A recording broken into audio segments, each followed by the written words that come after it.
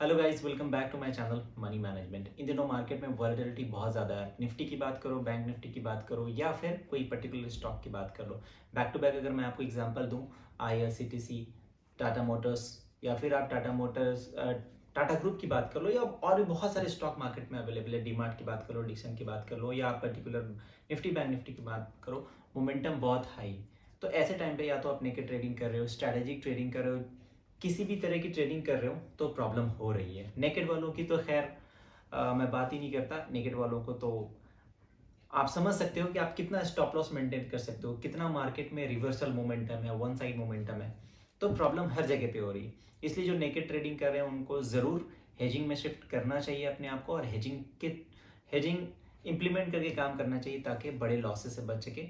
Okay, और जो already option strategy में काम कर रहे हैं, तो ऑप्शन स्ट्रैटेजी अगर आप स्ट्रैडल पे काम कर रहे हो, नेकेड स्ट्रैडल तो नो डाउट परेशानी हो रही है, और स्ट्रैडल को हेज करके काम कर रहे हो तो कहीं ना कहीं आप अपने को सेव कर पा रहे हो। ठीक है, तो आज हम यहाँ पे इसी तरह की स्ट्रैडल पे बात करने वाले हैं कि कैसे ऐसे हायर मोमेंटम में भी स्ट्रैडल को आप प्रॉपर मैनेज कर सकते हो विथ मिनिमम रिस्क।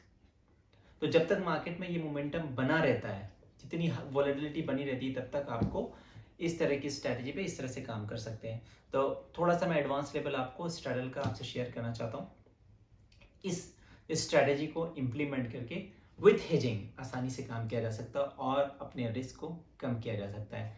जब तक रिजल्ट सेशन कंटिन्यू रहने वाले हैं। और मैं एक चीज़ आपको बताऊं, मार्केट का लेवल जैसे जैसे बढ़ता जाएगा, वॉलेटिलिटी बढ़ती जाएगी। याद करो, जब निफ्टी 10,000 चलती थी या 12,000 चलती थी तो 1% का मूवमेंट कितना होता था। निफ्टी में अगर 1% का मूवमेंट हो तो कितना पॉइंट होता था। और अब जब निफ्टी 18,000 चल रही है तो 1% कोई बड़ी बात नहीं है निफ्टी के लिए। तो इतना मोमेंटम रहने वाला है निफ्टी में, और नो डाउट बैंक निफ्टी में तो मोमेंटम बहुत ज़्यादा रहता ही है। Okay, so we are talking about straddle. सो मैं और आप सभी लोग जानते हैं कि एक स्ट्रैडल एग्जीक्यूट करना कितना आसान है।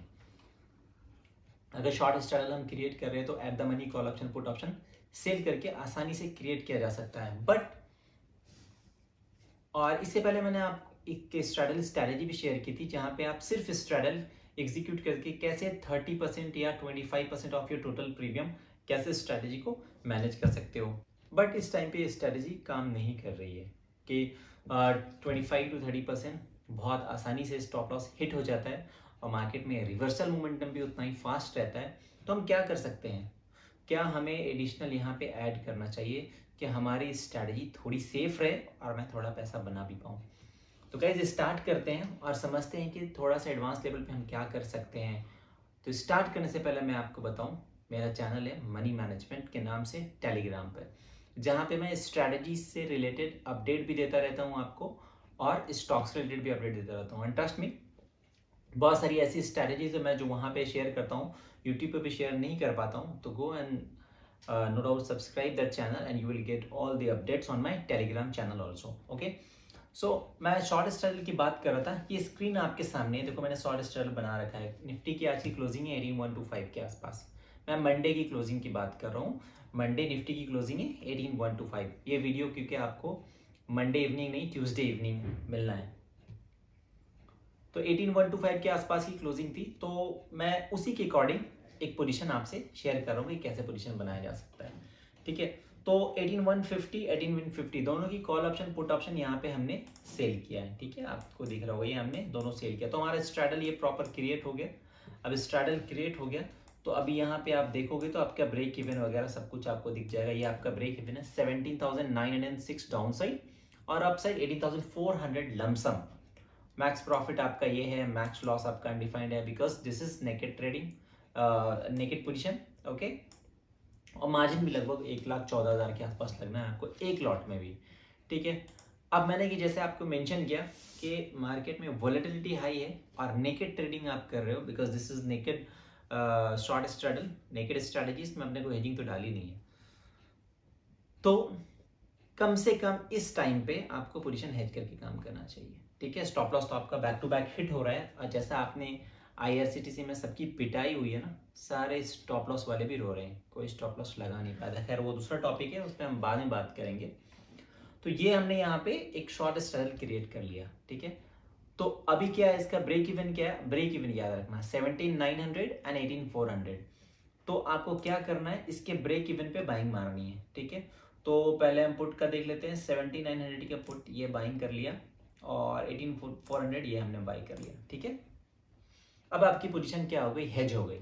अब यहाँ पे मैक्स लॉस आपका क्या आ गया, यहाँ पे जो अनडिफाइंड दिख रहा था वो 3930 के आसपास, लगभग 4000 के आसपास, और आपका प्रॉफिट है 8570 के आसपास। यहाँ पे देखो आप ब्रेक इवन अब क्या आ गया 17978, मतलब 900 से 78 पॉइंट अप, और 18321 अप साइड वाला जो है वो थोड़ा कम हो गया, ये लगभग 18400 के आसपास तक, करेक्ट। और अगर आप देखोगे तो यहाँ पे आपका मार्जिन कितना रिक्वायरमेंट है, ओनली 40,000। ठीक है, और अब यहाँ पे आगे समझने वाली बात है, इसको जनरली आप आयरन फ्लाई भी कह सकते हो, बट मैं यहाँ पे बात कर रहा हूँ कि शॉर्ट स्ट्रैडल की। और शॉर्ट स्ट्रैडल को जब हेज करके आप काम कर रहे हो तो इसमें फर्दर आप और एडजस्टमेंट कैसे कर सकते हो पोजीशन को, और कैरी कैसे कर सकते हो विथ हाई वोलेटिलिटी। ठीक है, अभी देखो आपने जो पोजीशन बनाई है, मैं 28 अक्टूबर एक्सपायरी तक लेके चलता हूँ कि अगर ये लेवल आपका ब्रेक करने लगा तो आपको क्या करना है। ठीक है, ये स्ट्रैटेजी आपने बना ली तो ये आपका ब्रेक इवन आ गया। अगर ये लेवल ब्रेक करके इधर कहीं क्लोज होता है, इधर कहीं क्लोज होता है, तो ये आपको पूरा 4000 लॉस जाने वाला है। अदरवाइज मान लो यहाँ पे लॉस यहाँ पे क्लोज हो रहा है तो पूरा 4000 तो लॉस जाएगा नहीं आपको, अगर इधर कहीं पे क्लोज हो रहा है। ठीक है, तो पूरा 4000 लॉस कब जाएगा, जब यहाँ तक आप हाथ पैर बांध के बैठे हुए हो। ठीक है, यहाँ पे आप कहीं आपने मोमेंटम शुरू कर दिया, जैसे कि देख लो ब्रेक इवन के नीचे आ रहा हूँ मैं 17,960 के आसपास, तो 930 रुपए का लॉस लग रहा है। थोड़ा सा और नीचे आऊँ तो 2400 रुपए का, बट मेरा टोटल लॉस यहाँ कितना लगना है 4000 के आसपास का। सेम इधर भी है। ठीक है, तो जब हम इधर को पहुंच जाएंगे ना तब हमारा ये पूरा लॉस लगेगा, और तब तक हमें मार्केट टाइम देगा, है ना। एक ही दिन में आपको कोई 400 पॉइंट का गैप अप या गैप डाउन नहीं दिखने वाला है। मार्केट है, कुछ भी हो सकता है। ठीक है, लेकिन इतना बड़ा गैप अप और गैप डाउन अभी देखने को नहीं मिलेगा, chances are very less. Okay, तो अभी हम इसको थोड़ा आगे फॉरवर्ड करते हैं कि हमने ये पोजीशन बना ली। ठीक है, अब पोजीशन बनाने के बाद देखते हैं अगर हमारा ब्रेक इवन ब्रेक करता है तो क्या होता है, इसको कैसे एडजस्ट करना है फर्दर। जनरली हम क्या करते हैं, अगर ये लेवल ब्रेक करता है तो या तो हम पोजीशन से बाहर होते हैं या उसको एडजस्ट करने की बात करते हैं। तो यहाँ पे स्पेशल क्या है, 25% और 30% वाला कॉन्सेप्ट मैंने हटा दिया। ठीक है, कि अगर आप हेजिंग करके भी काम कर रहे हो तो यहाँ पे वो कॉन्सेप्ट था कि अगर 30% किसी साइड स्टॉप लॉस हिट होता है तो पोजीशन आपको बुक करके एग्जिट करनी है। या फिर अगर शिफ्टिंग भी कर रहे हो तो कैसे शिफ्टिंग करना है, जहां पे आपका जिस साइड भी 30% स्टॉप लॉस हिट हुआ है, ठीक है, उस पोजीशन से आपको एग्जिट करना है। और नीचे जो आपकी अपोजिट वाली कॉल है उसके प्रीमियम का हाफ प्रीमियम वाला जो स्टॉप लॉस हिट हुआ है उसके ऑप्शन को जाके सेल करना है। ठीक है, तो स्ट्रैडल वाली वीडियो आप जाके देख सकते हो, हमारे चैनल पे अपडेट है तो आपको प्रॉपर समझ में आएगा। ठीक है, तो 18,125 चल रही थी निफ्टी, मैं इसको फॉरवर्ड करता हूँ 18,216। अगर निफ्टी क्लोजिंग पे 18,216 के आसपास रहती तो भी आपका प्रॉफिट यहाँ पे कितना दिखा रहा है 5,270 के आसपास। थोड़ा सा और मूव करूँ 18,300 के आसपास, कितना 737 रुपया। और जैसे मैं यहाँ 18,400 के आसपास जाता हूँ मेरा लॉस यहाँ पे 3795 दिखने लग जाता है। ठीक है, इसको अगर मैं थोड़ा कम करूँ 18,350 के आसपास रखूँ तो हमारा लॉस कितना दिख रहा है 1430 रुपया, 18,350। जबकि हमारा यहाँ पे ब्रेक इवन क्या था 18,321। ठीक है, और जब मैंने स्ट्रैडल बनाया था तब हमारा ब्रेक इवन क्या आ रहा था 18,400 और 17,900। तो आपको यहाँ पे क्या करना है, ये जो करंट ब्रेक इवन है ये वाला ब्रेक इवन, आपको ये ब्रेक इवन कंसिडर नहीं करना। आपने जो स्ट्रैडल वाला रखा था मतलब 17,900 और 18,400, मतलब डाउन साइड 70 पॉइंट और नीचे, अप साइड 60 पॉइंट और ऊपर, 80 पॉइंट और ऊपर। ठीक है, अगर आप ऐसा करते हो, मैं अगर यहाँ पे बात करूं, अगर आप 18,400 की बात कर रहे हो 18,400, तो यहाँ पे आपका लॉस कितना दिखने लग जाता है, पूरा 4,000 के आसपास लॉस दिखना शुरू हो जाता है। ठीक है, अब मुझे बताओ जब ये पोजीशन बना रहे हो तो यहाँ पे मोमेंटम आपको स्लोली इस तरह से दिखने वाला है। ठीक है, ऐसा तो नहीं कि एक ही बार यहाँ से उठ के यहाँ आ जाएगा बाजार, ऐसा तो बिल्कुल भी नहीं है। तो आपको क्या करना है, इस पोजीशन से आपको स्टॉप लॉस लगा के बाहर नहीं होना है, ठीक है। मान लो अपसाइड क्या 18,400 की बात कर रहा था, 18,400 निफ्टी आ गई, तो आपने 18,150 पे स्ट्रगल बनाया था और आपने पुट बाइंग कहाँ पे मारी है 17,900, ठीक है। अभी यहाँ पे आ जाओ और देखो ऑप्शन जो 50 रुपए चल रही है, ठीक है।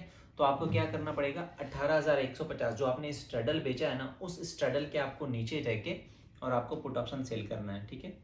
तो हम यहाँ पे देख लेते हैं 18,000 की पुट ऑप्शन सेल मारते हैं एक लॉट, ठीक है।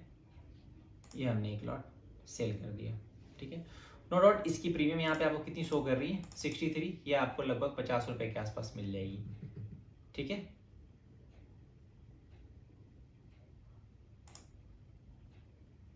ये लगभग आपको 50 रुपए के आसपास मिल जाएगी। अब जैसे इस पोजीशन को आप ऐड करते हो ना, देखो यहाँ पे आपका ये वाला लाइन क्या हो जाता है, बिल्कुल फ्लैट।